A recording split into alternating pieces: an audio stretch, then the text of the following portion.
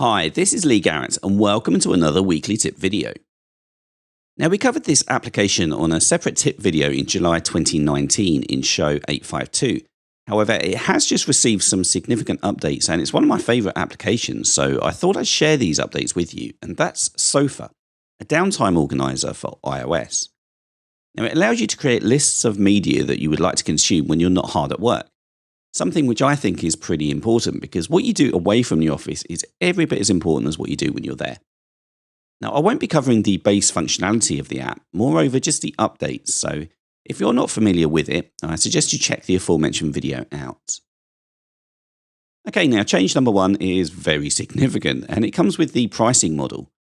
Now, there is a free tier to Sofa which retains a lot of functionality. You can search for media, you can create lists, log activity. However, there is a new Super Sofa subscription that you can take out. It's either $4 per month or $36 per year for a personal subscription, and there's also a family one as well, which covers up to 5 people. Now, what does this include? Well, all of the features that are displayed here, and these are going to be the primary focus of this short tutorial, so let's show you them in action.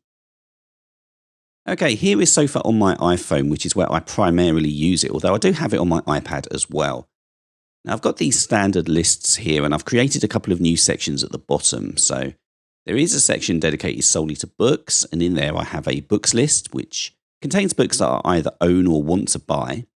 And then I've also created a books finished list, and I created this finished list so that I can permanently keep books that I've read in there and not have them in my standard book list, which clutters my view. I've also got another section for TV and video, and I'm just going to show you how I created that second list earlier. I'll tap on these 3 dots and then add list. I'll give it a name. So this is TV finished, and then create.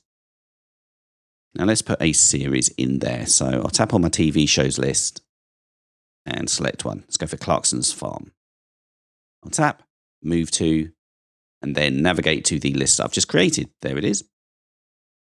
Now I'll just go back, find that list and verify that it's there. Yep. There it is. Now, I will still log this as complete via the activity feature here that we covered in the first video.